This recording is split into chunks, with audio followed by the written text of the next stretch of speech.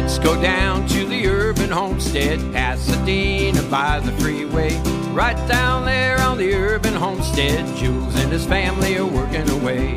Come on down to the farm in the city, back to the future, back to the plan. Right down there on the Urban Homestead, loving the life back into the land. Oh, oh, oh, help the garden grow. Singing, oh, oh, oh, we've got to help the garden grow. Welcome to the Urban Homestead Radio. We are your hosts, Anais, Justin, Jordanne.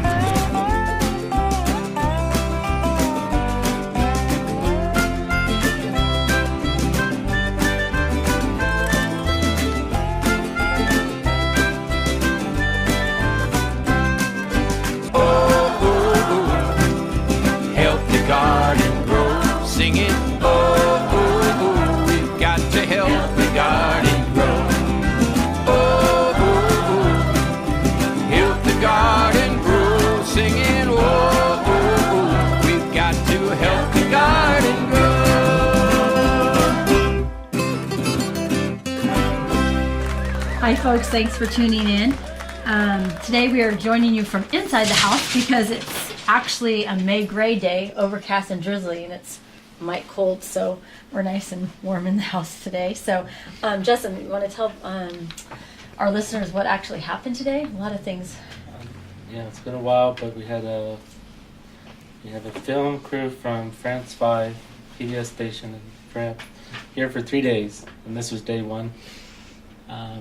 And they have a good obsession with food and eating, but lots of close-ups of us. It's been a while since we had a documentary crew out, and this is our first one without Dad, so a little bit exhausting because it was Dad would handle the philosophy, the main questions like behind and the history, and we were auxiliary showing the stuff, and now it's showing it in action, and Dad would sit there and interview for hours. So this was a little bit challenging, and handling everything else, the orders, having to work, and just getting back in the groove of things. Like I said, it's been a while for many things. Usually they usually don't stay that long. Well, this is because it's a probably major documentary. So, yeah. And then the weather went from, what is it, like summer 90, and now it's like May gray, so it was actually drizzling this morning, and sweater weather and long sleeves and beanies. It's good for the garden and transplanting, but it's a shock for the system. Yeah, and then they'll be here tomorrow, and because they want to show the farm boxes, life on the homestead. But yeah, it's as Annie said, it has been a while. Yeah, so the film crew, they actually flew in from France to be here for the 3 days. It's going to air sometime in October. Yeah. October 8th, something like that. So. I believe so. Yeah. But with the whole thing's not about us. It's interviewing other people too. That are part of the food movement, organic food movement, yeah. What was the thing he said, how he found us? He just said, were you there? Or I don't think I was there. I was there. He said that they were thinking of a concept for this documentary on food they were thinking. And they wanted to find I think it was an American example of sustainable living. And they went to and searched it on a search engine. And he was like, there you are, the biggest thing out there. I was like, that's, okay. I think, his words. And I was like, okay. But the thing is, he found our website, and I mentioned some other things we had online he hadn't seen, so I was like, oh, okay. He said there's not much videos of you guys out there. I was like, We're supposed to send them some pictures and Dropbox. Last year we got a little busy on stuff, and then ever since Dad's death, we've been behind. So it's a little hard to, show a lot of things that we used to do. Mm-hmm.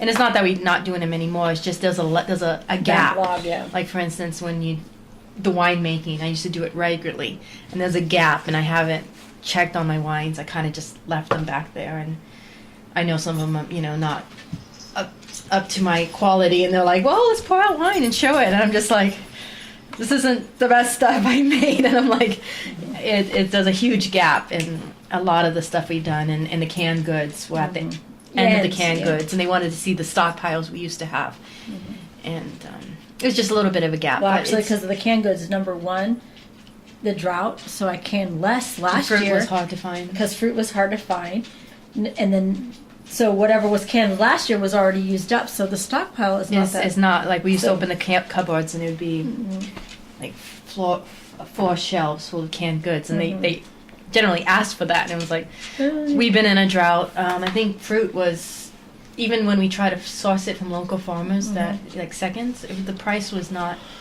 conducive to actually canning it. No, and then, so to explain that, but they knew all about California's drought, and they knew it broke. I mean, they knew all the specs on the California drought, and I said it broke, but doesn't mean you're out of the woods. Well, we're back to normal rainfall, but we have a deficit of a couple of years. It's years of drought. Okay, and then because of we actually had a free weekend on Sunday. We did a really deep cleaning of everything. We've fallen behind since probably winter, so finally getting around to, and like I said, maintaining the homestead is, I think, one of the hardest jobs. That takes up all the time. Yeah. It's not the gardening. It's not the feeding the chickens. It's cleaning the homestead. That's cleaning the buckets, cleaning the coop, cleaning the sweeping, and all the accoutrements or the tools that go with it, like the trellises, the hoops or the wires for the tarps, the trellises. It's just, you look at that and it's like, so it was never ending. So we did that, and then the garden is growing like crazy, so it's actually filling in. It's looking really nice. So we still got to transfer over to summer stuff, even though it is cooler. I saw a friend came over and started squealing. She saw tomatoes in the bag. She was asking for your soil tomatoes blocks. And what? The tomatoes. Yeah, she wanted your soil blocks too. I have to find I gotta plant those. They're way. No, the ones by the coop. She just I thought you meant the ones in the soil. Well, besides that, then she squealed again on the other side. But So on the to-do list, I want to. I got the compost back because, like I said, slid backwards last 4 months just because of circumstances. So getting, starting to tighten up composting. Okay, so bring it back let's get that set up. The production back up. Yeah, and then the worm bin, getting that. So we'll probably clean that out and renew that and start doing that again. Just like I said, you slip so far. Like 4 months seems like a long time, and then it's like, oh wow, things like Joy said, the meats and things, and 5. I mean, everything there's a huge gap, and I was just thinking, I have all these wines, and didn't even bottle them, so I mean, some of them went bad, I'm sure. Yeah. And then today I was like, oh yeah, I got to start making my own granola again. Oh, okay, make a list, get the bulk items. I got the sauerkraut, yogurt. Crocks, they're out. Yes. I scrubbed up the yogurt thing. So just catching up is just, then it doesn't seem enough time in the day. It's like the day's over. What they got lined up for tomorrow? Orders? A film crew. Where are they going to film? Chef O'Neill's going to come in, and then he's going to make some food from what he picked from the garden. Did he get an order in? Yeah, he did. So you can check that out. And then also, I think they're gonna spend most of the time, I think, trying to get shots of the garden because of the weather was bad. They didn't get it wasn't bad, but they want to make beautiful. They keep saying beautiful shots. So hopefully the sun comes out, and then they'll do a lot of what I call B-roll, where they just go around and look at all the prettiness. And so hopefully I'll get, they can do that, and then I'll get some of my other stuff done. But. It'll probably be 10 minutes if we're lucky with the with all the things. I mean, 3 days, 10 minutes, you'll be a blip on there. Anything interesting that came up this week from the last podcast? What's something like it seems like a blur. I don't even remember. Oh, chickens! Are you gonna get baby chickens or chicks? Are we gonna do that? It's I don't know. It depends.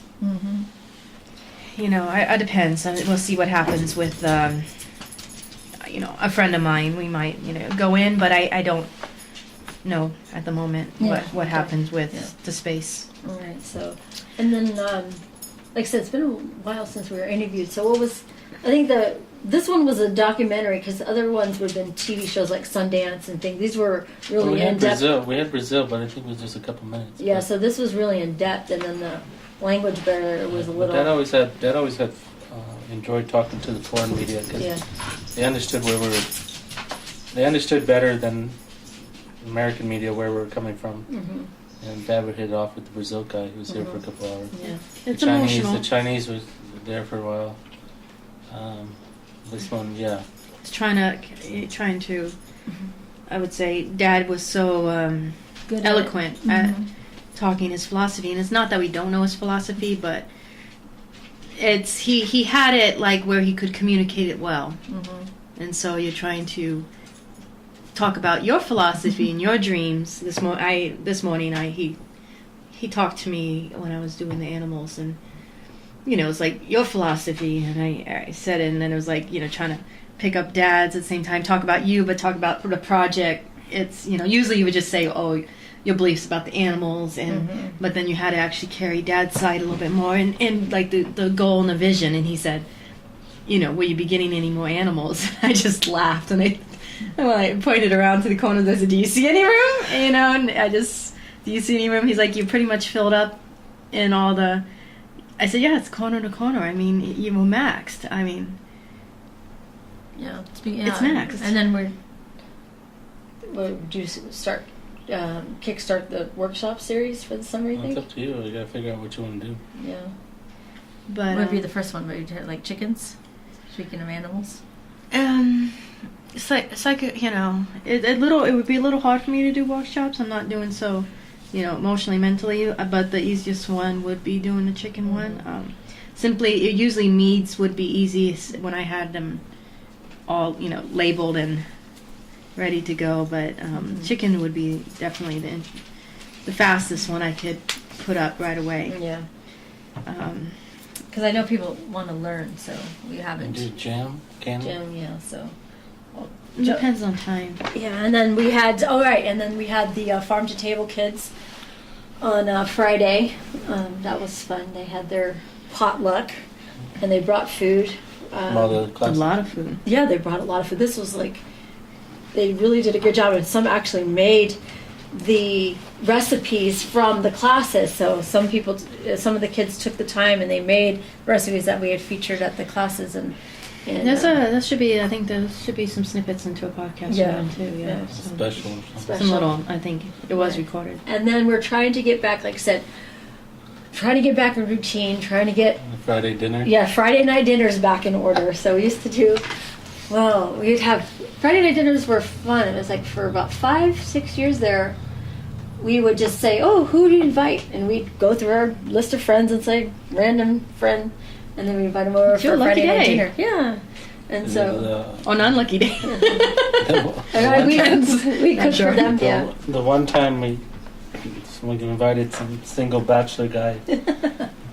For some reason, I guess you don't even ask, but if you invite somebody over, you don't ask if they're on any special diet. He was on a 30-day fast. So we had all this dinner. Made for everybody. And he shows up, he's like, well, I'm on a fast. And we're like, ooh. Then why'd we invite you over for dinner? Did you not hear it? He goes, no, I came to dinner. To what? I'm happy to be here. I'm like... But it's like, but we have to eat in front of you. He's like, no, it's great. It's fine. I want to be here with you guys. It was so awkward. Liquid diet? Was he on a liquid diet? Yeah, but he actually knew it was dinner, but he didn't care. But it was like, he came to be with us, and we had to eat dinner in front of him. I don't know if that was our fault. We failed to ask, are you eating? No, he was okay, yeah. Well, the first time you come over to dinner, you say, are you eating? Yeah. Well, he always had these diets he tried. But it was like, oh.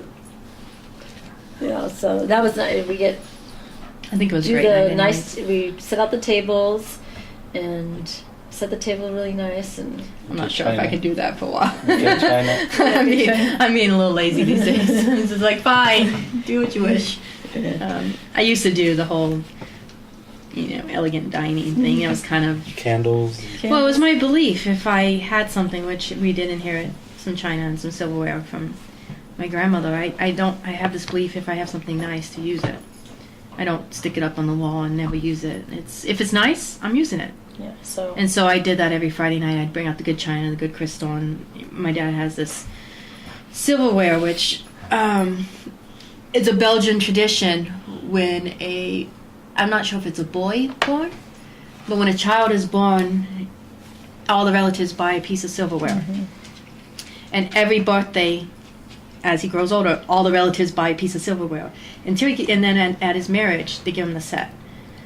So Dad had that when he was married. They gave him the set of silverware that, when he was born, the ones and relatives in Belgium. And it's a tradition in Belgium. So, we had it, and it's nice. And I just have this belief where having cleaned out people's houses, like I had a lot of elderly friends, and some of them would pass, and you'd get this stuff that was still wrapped. And then I said, that was never going to happen to me. So everything nice I have, I try to use. Because I don't want to be one of those people where it's like something was left and never brought out. So my china is now chipped and everything, but it's used.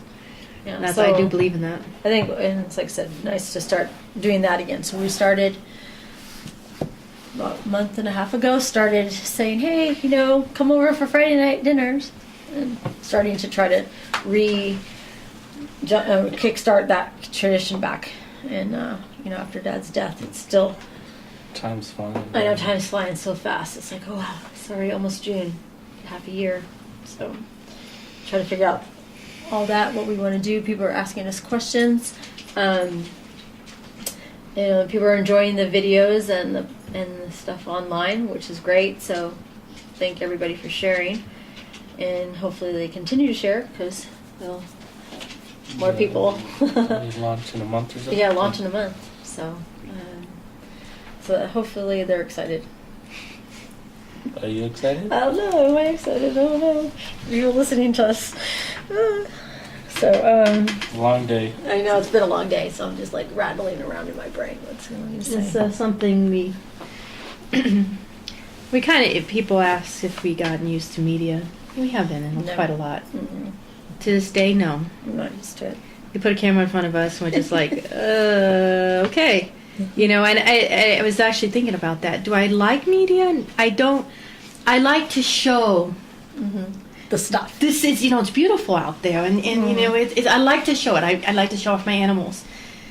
Me, not so much. I don't like to be in front of the camera. I just wish I could just be the voice behind the camera, pointing out with the hand. No, we're not used to it. And there is something we often joke about, and before this film crew came out, we talked about it. There's something where the media loves to see us have dinner. They love to see us have dinner. It's like, it was almost, you could count on any, big production that the dinner scene, and they want you to eat in front of a camera. And generally, all your table manners just are completely gone. You're just like, do I even know how to eat? It's awkward. We do our best, but it's pretty fun. It's pretty it's a trial to eat in front of a camera. So, and then people say, okay, then why do you do it? Why do we do it? Why do we have these film crews or documentaries? And then, like I said, they find us, so it's not solicited or anything. They find us, they write us and say, hey. So we feel that it's in terms of just like if we have a something we can share. We can. It's almost I would say an outreach. It's outreach. Dad considered it.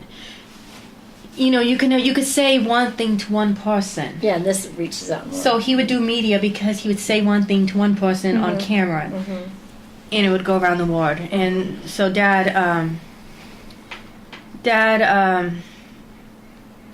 he, when we had the Brazilian piece that came out, it really did a lot of. It reached Brazil, all around. I mean, Brazil was huge.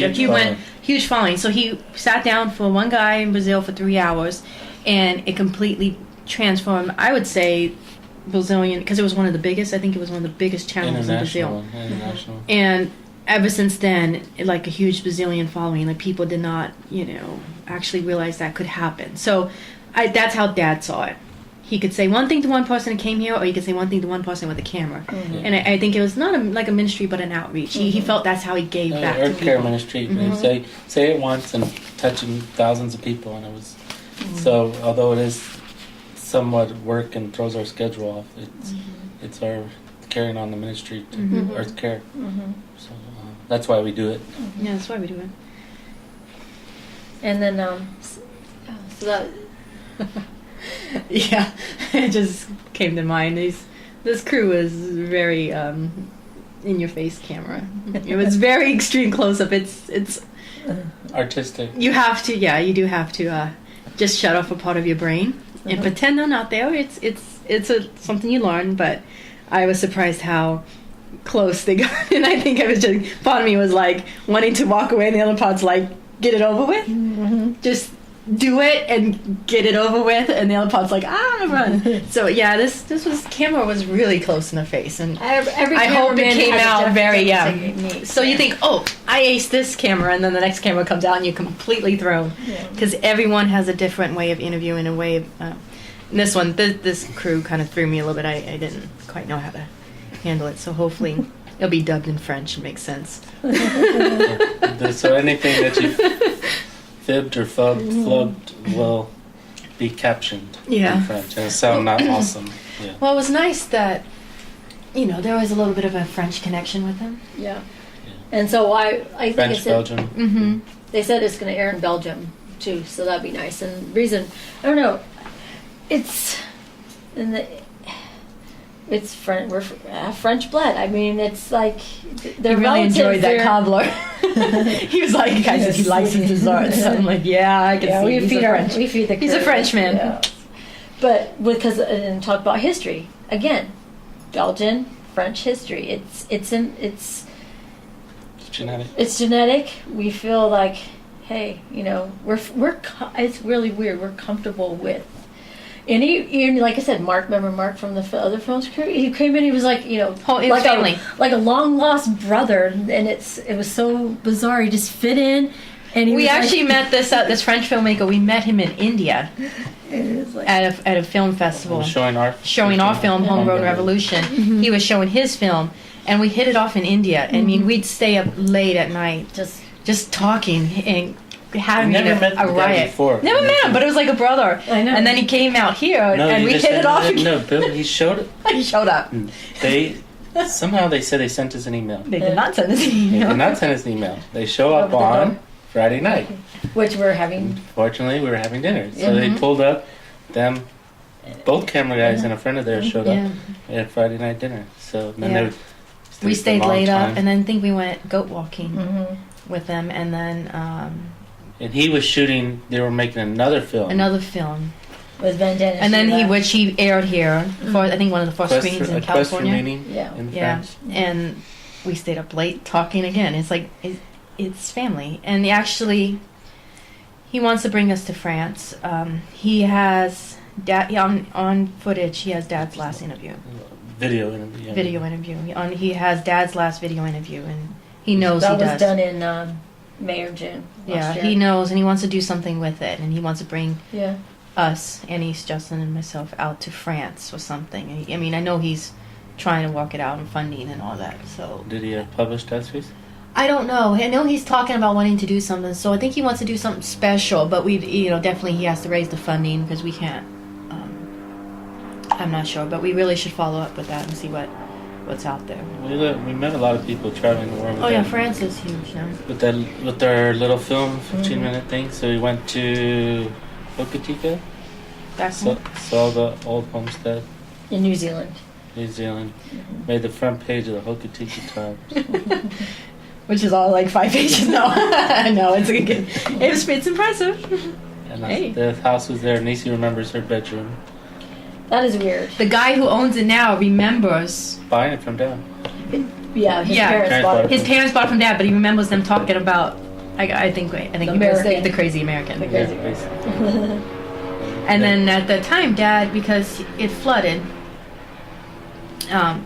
What happened was an old gold mining town, and they diverted the stream or the river or whatever that was, and the creek. The pilings. Yeah, with pilings, they diverted it so they could have this. City. It's in the valley, like the Hogan. And nature wants to go back to where it was, so the creek kept jumping, Dad They were didn't know clear-cutting that. the- Yeah, they were clear cutting above him, and Dad was seeing that there was, New Zealand wasn't the paradise he thought it was. So to protect the house, he poured this. I think it's a 6-inch concrete footer that he was going to build a rock wall on top to protect. Hello, city life. High speed chase. Wow. He poured the 6-inch concrete wall. He was going to put rocks on top to keep the creek from jumping and flooding the house again. Mm-hmm. So we were in Hokitika visiting the guy who now owns Actually, our house. it was actually Hokitika is the main thing. Stafford. It was Sorry. Yeah, It was let's Hokitika. clarify that though. It's because- Stafford. Yeah. So we were in Stafford visiting the guy who now owns Dad's old homestead, and he hadn't heard about Dad, and he knew that Dad. So he was visiting, and Dad mentions the creek and how he was trying to divert it, and the guy he just said, "That was you," and Dad goes, "What?" He goes, he and the guy, his roommate that were living there, they had seen this 6-inch bit of concrete, and the creek had just jumped right before we were there with another 60-year flood. 40-year flood. 40-year flood. Dad had a 40-year flood, and when Moved Dad out. left, then 40 years later there was this flood. Right That before happened in was 40 married. years. Right before we went back to New Zealand, that It flooded 40-year the flood house. happened, and that 6-inch Wall saved saved the house. And he says he and the guy, the roommate, was saying how the 6-inch, somebody pulled the 6-inch and it saved the house. And they were just like, they realized that had met the guy who had saved this house 40 years Well, ago. the plan was to build a wall to divert Yeah, the water but the on 6 both inches sides. saved it, he said. And The stuff in the house was ruined, but the house was still there. Was Charlie Merriweather's kid? Charlie was Merriweather. not kid. Nephew? Nephew. Yeah. yeah, So so that we was also funny ran to see that into- instant. I think I was there when I was watching it, and he just realized it was kind of like Dad would always tell the stories about, I think, how he was building this wall to save the house. And when you have it in your mind till then you actually see it. And never got past the wall stage, but it was a footer. But But the it guy tells you- recognized it saved the house, and that was Dad's intent, to save the house. Yeah. But he moved out because he was flooded twice, and then never flooded again until 40 years later. Well, it makes sense though. Dad at that time, in talking to the guy later, he realized that they had diverted the creek. There's no way you're gonna stop it from flooding. No, but it would jump back. Yeah, to it just nature goes back to where Oh, it it was. kept jumping. Trying to go back to its old path. Then he saw the butcher Butcher shop. that Dad did, and then the town hall that was next door that he caught his first beehive. So that was still there and still standing. So Everything was pretty much the same, ish, except for two new. I think there was new people in the and there was valley. a feedlot next door. Yeah, the farm Or that at the bottom. Dad At the had. bottom, He talked about this guy who raised cows down the street, and he raised his cows, but I think he died and he left the 2 sons or something. Yeah. And passing that, Dad was like, "That's not how it was. It was now a CAFO, confined animal." Do we ever find the beekeepers that helped them or not? No, We went to who was the one? no, we Who's the didn't. family we met? The Hutchinsons? The Hutchinsons No, are the the one. son that helped Dad. Oh, yeah, I don't think we ever. Charlie took us to. No, we didn't find it. No, what was those. that? Don't remember the name, but that was the lady that used to take He used care to of run me. the. Yeah, she would babysit. She would babysit me. She knitted me or crocheted me the booties, and Yeah. the one that I'm taking picture with. Yeah. And then her son died,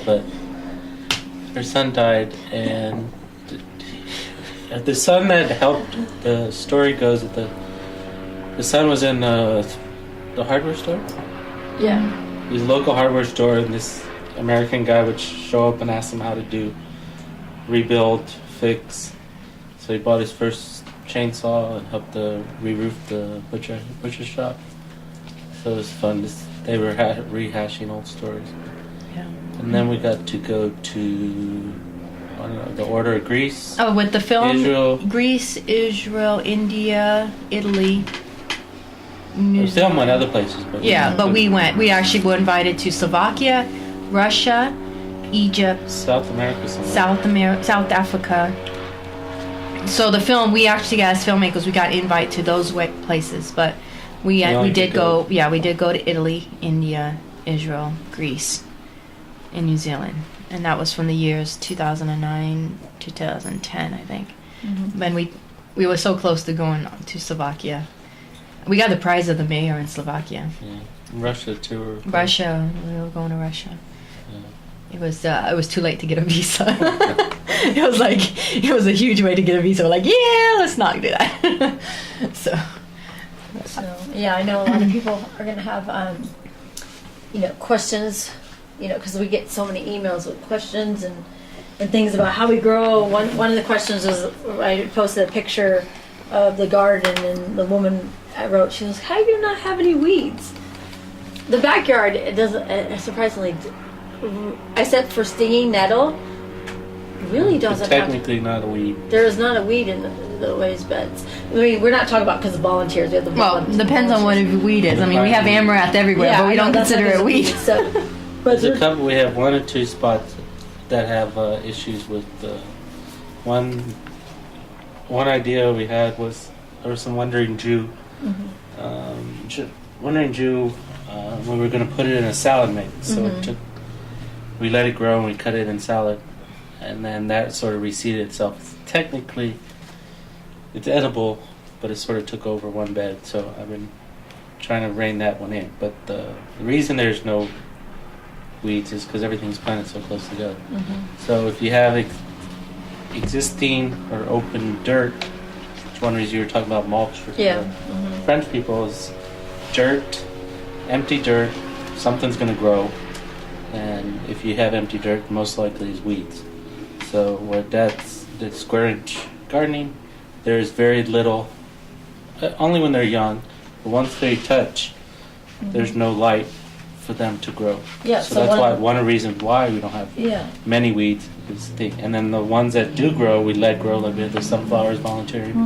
That is thing that the purple goosefoot, it's all volunteer. Yeah, it's all volunteer. And the problem is people say, write us, can we volunteer? We want to, we'll do anything, even weed. And I'm like, well, there's no weeds, so it's like. I mean, it's occasionally. There's weeds. We have occasionally, but it's not like area. weeding. What? Pull 1 or 2 weeds, you're done in less. And we actually have to educate them exactly. There's a lot of volunteers that most people would consider. A lot of volunteers that most people would consider weed, and it's just plants. Basically, weeds are plants growing where you don't want to go, and that's technically a classification. But the stuff that's growing, New Zealand spinach, purple goosefoot, amaranth, sunflowers, stinging nettle, all that stuff can be used. Yeah. And edibles. A couple of there was was it 2 summers? We did have a bunch of volunteers. We did we had Every volunteers come Monday in. The homestead helpers. Yeah, so it was mostly cleaning. Or building. Clean the buckets or building. Planting wheatgrass. Well, yeah, there was cleaning. Cleaning was a majority of it. Then we would do something fun like make the meads or soil blocks. So we try to balance because a lot of the work needed help cleaning. We did have this. I don't know. Did we talk about him already? The Brazilian guy. Yeah, the Brazilian guy. Yeah, he was really one of our great help. Yeah, but you got to throw up Alcinas on Brazilian TV. Yeah, he was actually here when the Brazilian TV. Yeah, he was. So that was pretty weird. So yeah, we volunteers, cleaning and organizing. One day we'll be organized, but I think that might be one of those things that you'll never achieve. You'll never achieve. It's constant. As I said, Sunday was shiny buckets. It's like clean the buckets, deep clean. Once you think you got everything under control, then everything else has to be cleaned up. So it's just a constant spinning around, and I think it's there has to be a Zen moment where you realize you're not going to get everything done. I saw a meme go around and says, just when you think. Well, if you think you have control of your life, start a farm or something. And I think there was a meme that went around. I saved it somewhere. I'm going to put up there. It's pretty funny. It's pretty funny because that's about true. You think I need my schedule down, and it's like start a farm. It's like something's going to happen. But, yeah, but you have to also turn over the garden to summer stuff. So that's a little bit more. Once it's planted, then it's you don't have to do any. We'll just water and pick for 2 or 3 months. But the transferring over from the salad greens to the summer veggies. And you transfer. We don't try to do a huge crop rotation, but I think what Dad did different was he chopped the greens into the bed, right? Is that something that?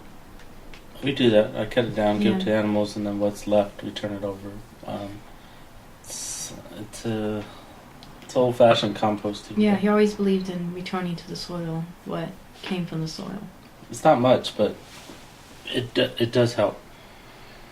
So we were planting cucumbers, tomatoes, peppers, squash, eggplant.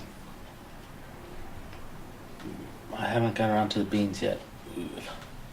Beans. Yeah, pole beans, bush beans, lima beans. Yeah, I don't know. The lima beans haven't come up yet. But I have Christmas and limas. Trumbacino squash. Oh, Trumbacino squash, Italian squash. So that was what we grow for the summer, fall harvest. Transferring all the things from the salad. We talked about the bagrata bugs that get us out of the salad business. Yeah, you can't grow into the soil. So we grow cucumbers that supposedly produce a lot, and the beans, and peppers, and cucumbers. We can grow. We can sell almost everything we grow on those. Eggplant, hit and miss. Some years people want them, some years people don't. Sometimes What they about like peppers? peppers all the time. Mm-hmm. Last year I grew too many jalapenos, but this year I only have 6 instead of 24 plants. So He was 36 growing it because he wanted Nisi to make She was supposed to make jalapeno jelly. So.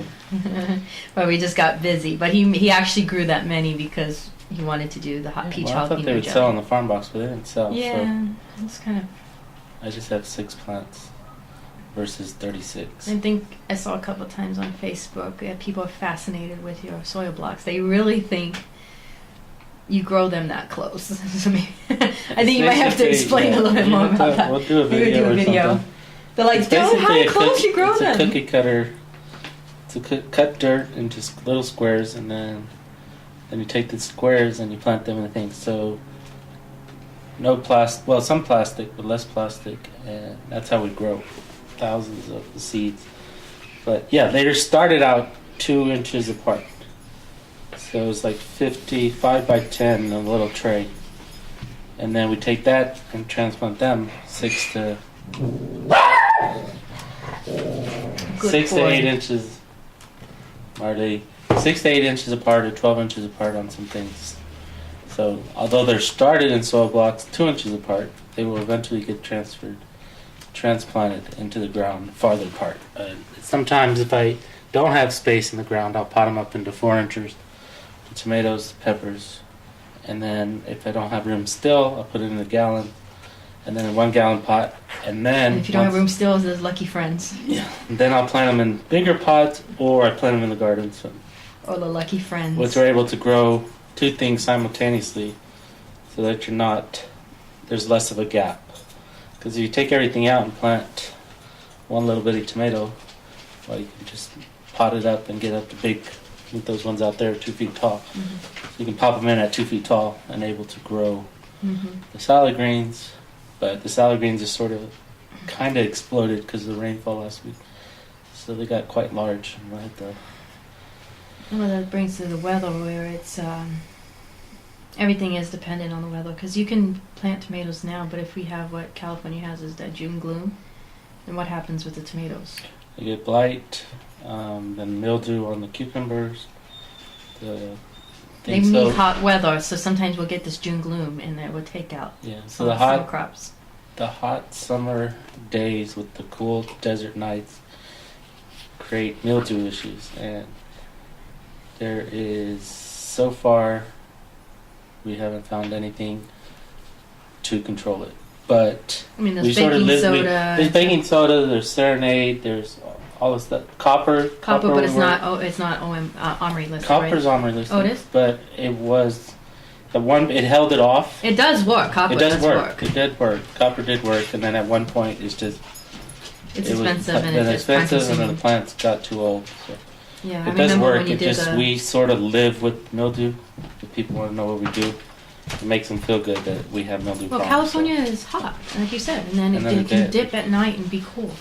And that, like Justin So said. one thing is don't get the leaves wet, but nature, if it's cold at night, they'll condense, and then that'll create things. So we don't water from the top. Feet wet, head dry. Yeah.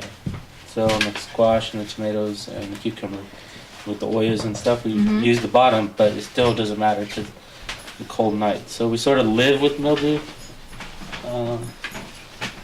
at most part. Did you get to the Oyas with the film crew? I know they specifically asked about that. Okay, so. Didn't get to it.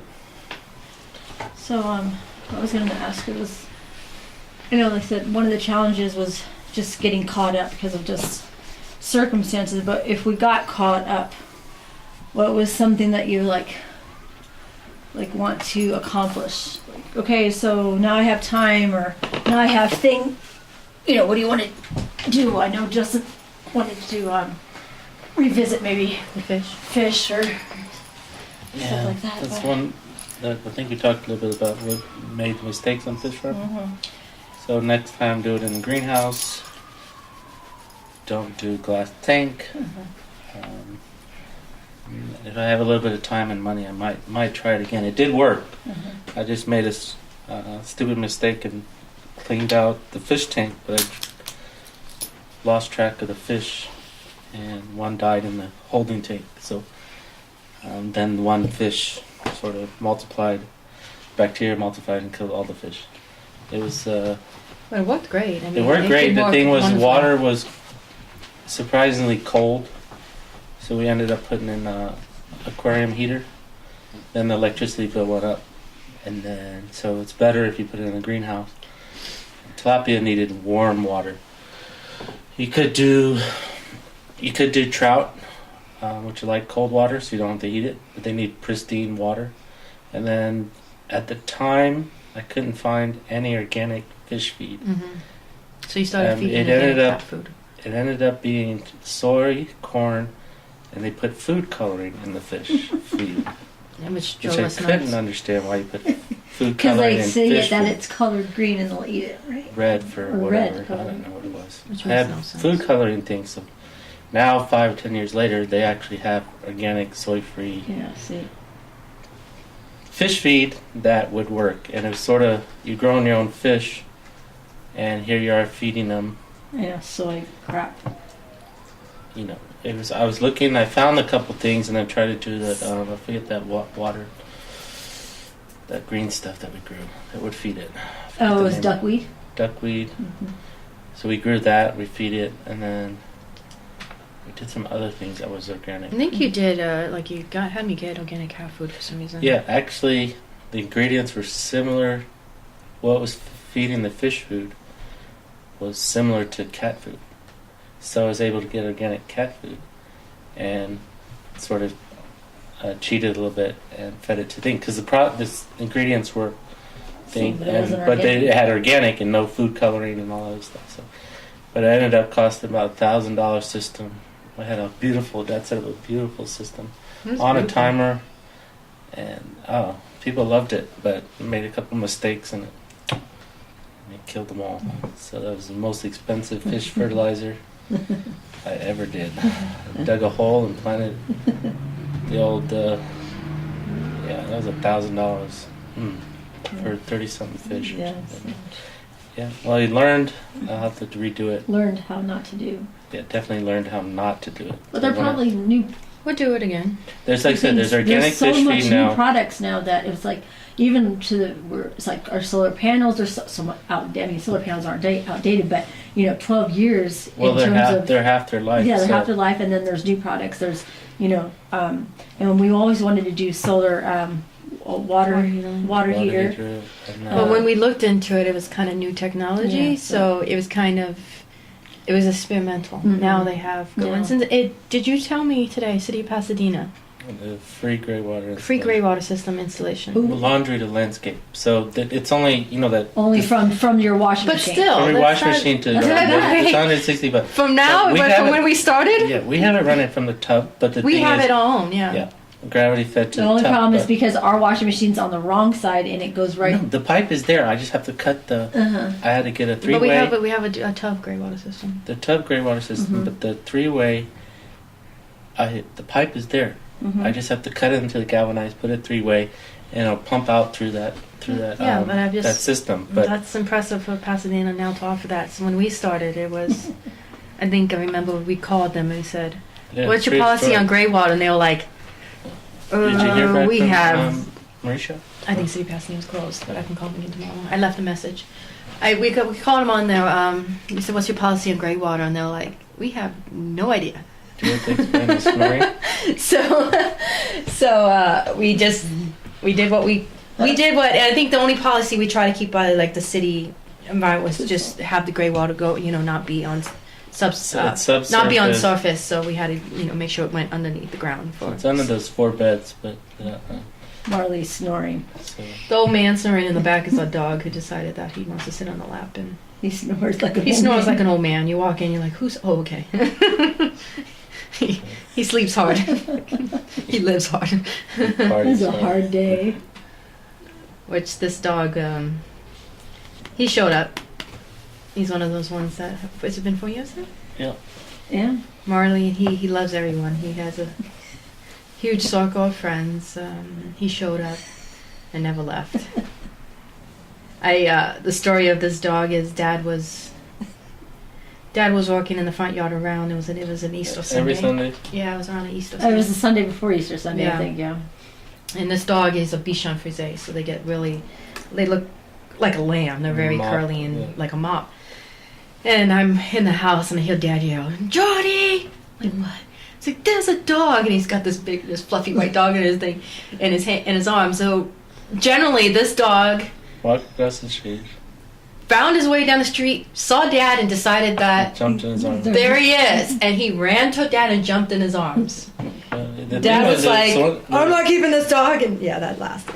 But 1 week. We did try to find the owner. But I did try to find the owner. I took him to the vet. I did all this. Humane Society. So I took him to a neighbor's house because it was Sunday. It was Sunday. Yeah. There was a lot going on. I'm like, I can't deal with the dog right now. I'm not going to put it back on the street. I'm not going to get Humane Society. I'm going to try to. I'll tell them, but it's better if I watch over it. We put a poster. So I put him up to a neighbor's house who has like this little dog run on the side of her house, and I had this brilliant idea. This dog, which he was around 4 months old at the time. I put a collar, because I always have leashes and collars, and I put a collar and a leash on him, and I sit him on the porch of my neighbor's house, and I go home, thinking maybe he'll go home, right? So I'm like, go home, like really talking to him. So I put the leash on him. He's like, he perks up, he trots down the neighbor's stairs, goes down the sidewalk, takes a right, goes down the street, takes a right up the homestead's driveway, goes up the homestead stairs, hits open the door, and jumps on the sofa. And he looked at me, and I'm like, "This isn't home." He's like, "Yeah, you think so?" I'm like, "This isn't home. This isn't home." And he had decided where his home was, and he was just waiting for us to realize it. Was it before or after you walked around the block? After that, I walked him around the block, and that didn't work. After that, because I said, "This isn't home." Okay, then I'm taking you around the block. I walked him a couple streets thinking that he might recognize a home. It did. He just was waiting. He was smart. He was waiting for us to actually realize that. But then he's so exhausted you carried him home. So that worked well. I carried him home. Dad was like, "He's still here?" Yeah. And I'm me, animals, I'm done. I'll get animals, and I'm like, never "Ooh, look at the get a dog." puppy. Dad was like, "Oh, no." Next thing you know, he's on the floor. "Hello, booby." I never asked. It was just, okay, he's home. We tried to find a home for it, Yeah. but Dad's qualifications were too thick. Oh, right, I know. I said, I brought these people, I'm like, and Dad was like, "No, they're not. He's not going home with them." I'm like, "Really, Dad?" Okay. Then another person, he's like, "No, they're not going." And so it was kind of going through a little bit of a hard time at that time. So I actually sent him off property to be with another friend. I said, "Could you just watch him for the weekend? I got to work on some stuff." And Dad, he said, "Oh, so you got to find a home for the dog?" I said, "I think so. Maybe she's talking to her relatives and stuff." He was like, "Okay." It didn't work out with the relatives. So my friend's like, "Can I bring him home?" And I'm like, "Uh-oh." So all right. So I bring him home, and I had him by the front door. Dad came home after some delivery. He walks and he goes, "Oh, he's back." And I'm like, Okay. That was it. Never asked the question ever since. Oh no, he said no. I think the thing was go get him some food or give him a toy. Yeah. Oh, you're gonna get him a toy? He needs a squeak toy. He needs a squeak toy. We're like, oh, that's it. I was like, okay, this is it. I ain't questioning it. I'm buying him a squeak toy. And then he was dad's dog. They communicated in their own language. Yeah, where is it? Yeah. Where is it? So Dad would put the squeak toy behind his back. Squeak it and go, chee-chee, where is it? Where is it? Yeah. Marley had, every time Dad, I mean, we come home, he's all excited to see us, but when Dad came home, he would do this high pitch, oh, like that, and he doesn't do it really much anymore. He, every time Dad came home, it was like this high-pitched, excited. He and Dad loved each other, and he's been having a hard time. Marley has been having a hard time. You know, his tribe, his pack is one less, and then it was two less with Dwayne. Yeah. So his groomer says that he's insecure right now because his top dog is not there. So he's been a little bit more of a baby as he's sitting there cuddling against Anais with his head on the shoulder with a big baby lump of. The older he gets, the babier he is. I once at a hootenanny, somebody said, "Why do you have a Beverly Hills dog?" And I just looked at him and I just said, "Seriously?" No, they asked, "How did you curl?" Oh, I also get. How do you get his hair curly like that? Do you? And I'm like sitting there, going, I barely fix my hair. You think I'm pin curling my dog's hair? It's not happening. The good news, he doesn't shed. He's hyperallergenic, and he sleeps all day. He's a lap dog. He's a lap dog. Yeah. So his routine. He's got some issues, but lovable issues. Sorry. That was Marley. Oh, it's Jody over here falling asleep now. I started to say smells like Korean. Sorry. Yeah, so we currently have 3 cats and a dog lives in the house, along with the other animals. All the cats have been strays. Hey, here's a cat. Okay. Our latest cat was a rescue, and he was found in a cactus patch. A friend called and said, "I think there's a bird in the yard." So I'm like, I can't tell what it is. So it's like, I told her to hold the cell phone out. And I hear it, I'm like, oh no, that's a baby kitten. Like a baby kitten. So she picks me up and I go out there and I look in, and following this. And he's like really screaming loud for a little tiny little thing. So I find him. He's in a cactus patch. Like, it's a San Pedro cactus. And he was like right in the middle. And I'm like, okay, how did you get in there? I mean, where did you come from? So I did this little maneuver and yanked him out. And he's like wailing at the top of his lungs. And I looked at him because I've done so many cats in my life. I mean, cats and me have been crossing paths for a long time. And I looked at him and I said, "You're trouble." I just knew this one was trouble. He's the craziest cat I've ever had. He literally is a ninja cat. Oh, that was. So we were trying to find a home for it. But I brought it home. The friend, Linda, puts it in stops off at a drugstore, pick up a card and a basket. Bag. A bag. And she puts the cat in the bag and walks up to Nisi and says, "Happy birthday." Nisi's face is like... Well, the card we found was a spitting image of the cat I picked up. I was like, it was irresistible. It was no way. It was a sign. It was a sign, but he's the craziest cat I've ever had. But he came at the good time, so he's him and Marley get along. Yeah, he bounces off walls, but we had Monty one and crazy Monty, nickname for El Monty. But, the M&M boys. Yeah. And Marley's name because he is a curly little dog.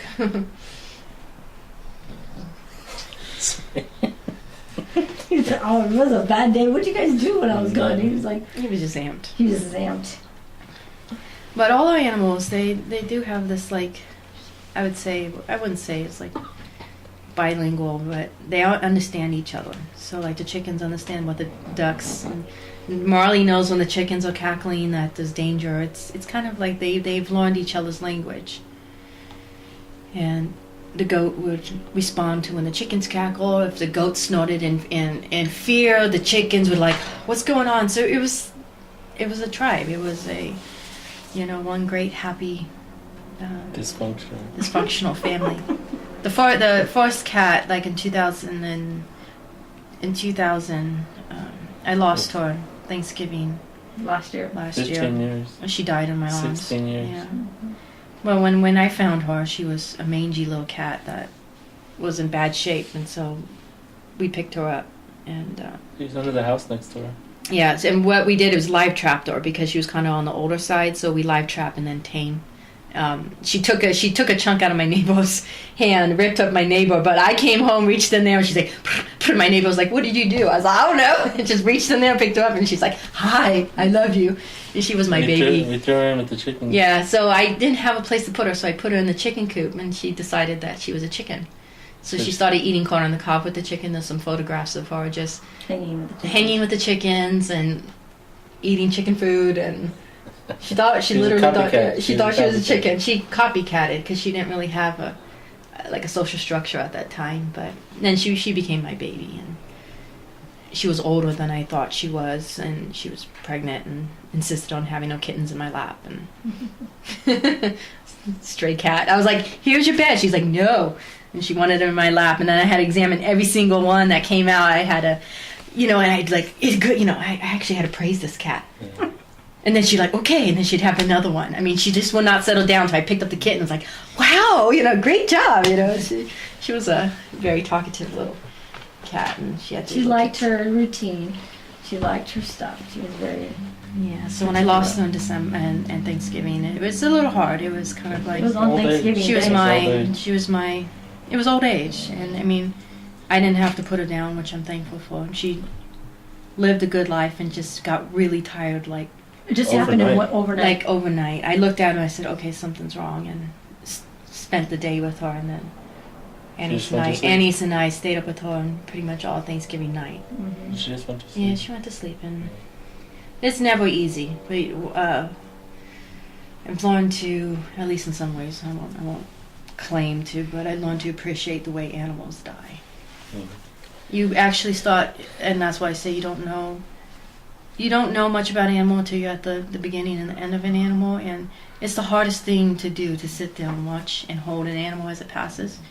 But part of you appreciates how the animal dies, and if you have to, then it must be a good way to go. Mm-hmm. To be loved at mm-hmm. the very end and held and not fearful. Mm-hmm. And I kind of worried because I didn't want to take her in to put her down because... Oh, that would have traumatized her. It would have traumatized her, so I did sort of say, well, I wish you would go here in my arms. And because she hated the vet so much, I couldn't do that to her. And I was actually looking at a home visit. 16, 17 years mm-hmm. old. But which brings me to Bella, who's still kicking, which, by the way, I'm... Oh, you never chicken? Yeah, did you slay that story? Yeah, we told her. Yeah, we told her, but I'm just saying, with the film crew today, what'd she do? I pull out Bella, and it's like, hey, girlie. And they're like, how old is she? And I'm like, 11. Mm-hmm. Crazy. She's still cooking. And then we'll have to do the, check the chicken's legs. One of them's limping, so check that one out. Yeah, I have to put some oil on it. She's got a little bit of scaly leg in there, and it happens when it's a wet season. Yeah, this was really wet. Wet season. There was some areas of the yard that did dry out, and it kind of breeds the scaly leg mite, which is fine. And we'll just put oil on some oil and a little bit of grapefruit seed extract or eucalyptus oil, and you just get like massage it into her skin, and it'll heal it up. What it is, she's limping because it feels a little irritated. And that will clear up pretty fast. It's just it happens when the weather gets really in spikes, and as you raise animals on the same property every year, it tends to have you have to watch more for mites. Yeah, so technically I should do DE then, diatomaceous earth. Yeah. This weekend I should do that. Take the dirt out. Yeah, or diatomaceous earth is good, but it doesn't matter. It's also weather related, and it's carried by. No, I should do that. I should have done it on Sunday, but I forgot. But this Sunday I should, or this coming week, should put some diatomaceous earth in it, because like I said, we're going to spring, warmer weather, from the influxing from hot, cold, so because we still have May gray or June gloom still to go through. So then next week you're supposed to go out to Gabriel, and he still needs help with the chickens. Okay, so I said to him, am I doing that Sunday? I don't know. Is she gonna consult? I should just do it another time. He offered. On that Sunday? No, it doesn't have to be that Sunday, but I'm saying if you're going out there or not.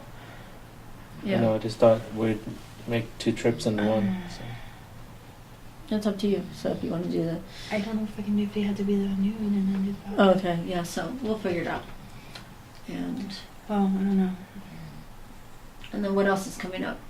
Some guests on the podcast, and then some upcoming guests on the podcast, and then we should really maybe do a workshop, and then and then anything else you can think of?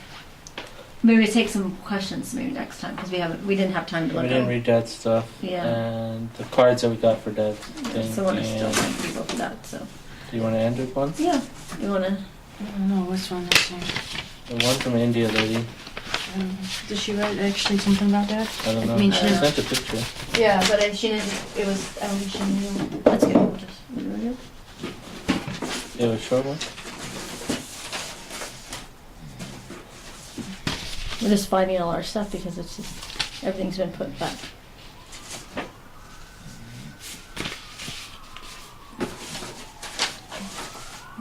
Wow, it's so still sirens are going off. Yeah. Must be a doozy. I don't know. I mean, Yeah, pick one. I'll pick one. I know some of these are not full.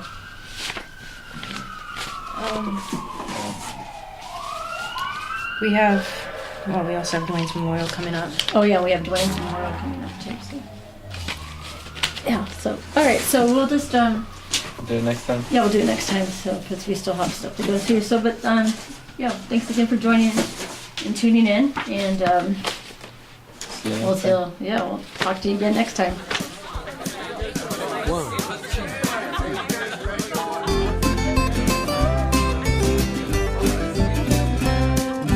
Let's go down to the Urban Homestead, Pasadena by the freeway. Right down there on the Urban Homestead, Jules and his family are working away. Come on down to the farm in the city, back to the future, back to the plan. Right down there on the Urban Homestead, loving the life back into the land. Oh, oh, oh, help the garden grow. Singing, oh, oh, oh, we've got to help the garden grow. The Urban Homestead theme song was written and recorded by Tom Fair. Thanks, Tom.